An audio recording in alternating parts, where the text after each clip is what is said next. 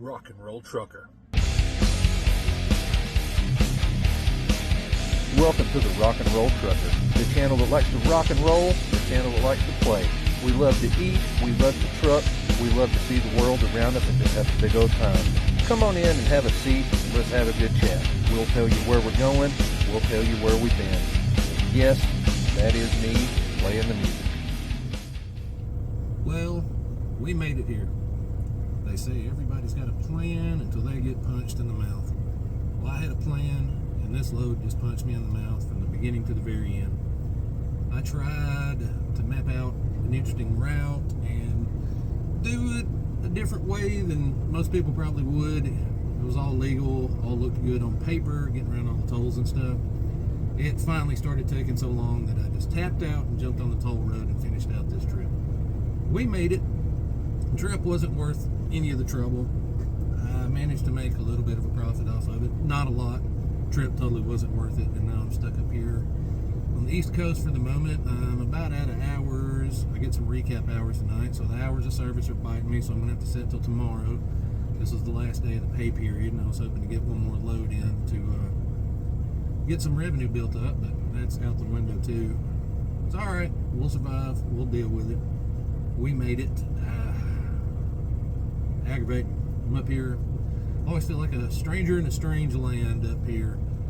I've been up here in this part of the country plenty of times, but I just never do feel real comfortable up here, no matter how long I've been trucking. I've been doing it for a pretty good while and done a lot of miles up here, but just I'm a real anxiety-ridden person, and it always just stresses me out up here, no matter how long I do it. But it is what it is. We're up here now. We made it, and we didn't talk to you this morning when we got out of bed. We were crunched from time, and we just hopped up, pre-trip, got a cold drink, took off down the road. Been driving all morning long. Just now getting here to the shipper over here, way off in Rhode Island. I can see part of their harbor over here. I'm looking at the water. We're way deep inside here, and we're gonna try and get this load off, and then I guess we're gonna go find whatever parking we can find to go sit out until the morning, and we can get started and start this new pay period and start working our way back home for the weekend. We got concert tickets this weekend and kids to go see, so we're anxious to make it back.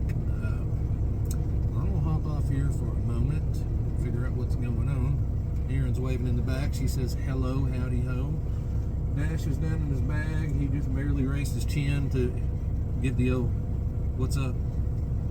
So anyways, we're gonna chill for a minute. We'll talk to y'all. Oh, I'm back again quick.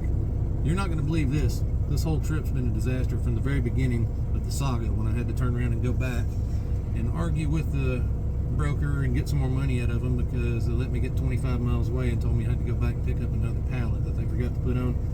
Well, if you can believe this, I've made it all the way from Minneapolis all the way here to this receiver in Rhode Island, and I hit their little buzzer, talk to them. They tell me wait till this other truck comes out and you guys can back in, and we'll get you. Crazy, awkward, tiny dock. I got it wiggled about 95% of the way in, and the guy comes running out the door. No. Don't finish, don't back up. We can't take this. We can't accept this. We don't have room to offload this. We can't accept this. So, well, I just got this for all the way from Minneapolis here on the disaster of the trip. So I'm like, well, we've got some offsite storage. Well, where's that? About 15 miles away. Let me go call somebody, he says. So 5-10 minutes ago, he's gone back up in the building to supposedly call somebody, and I'm about ready to travel to wherever this broker that booked this load was and find them and wring their neck. This guy claims, nobody told me you were coming. I picked this load up Friday.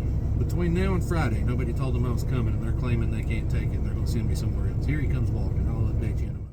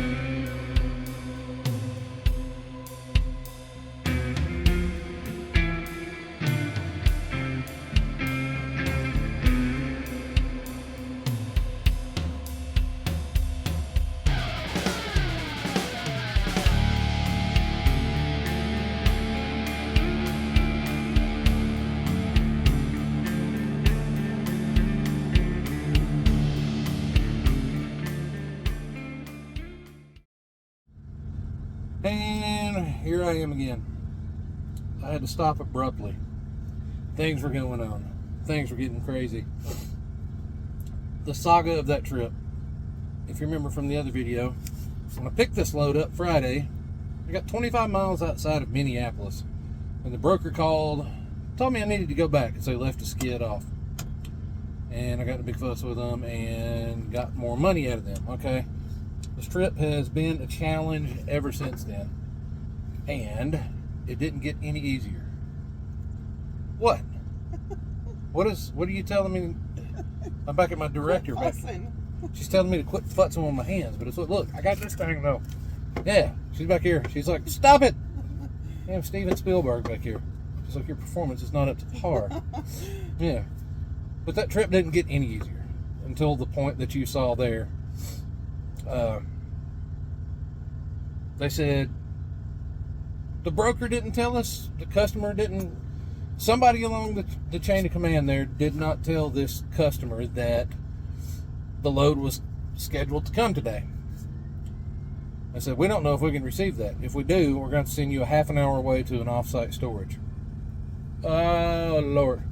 I'm about out of hours, getting ready to run on recap hours. I'm irritated, foul mood. The trip has been a struggle. Okay, finally they figured out, oh, I got an alarm going off. Excuse me while I touch the screen. They finally say, yes, you got to take it way over here. Got to go to another whole zip code, another whole town.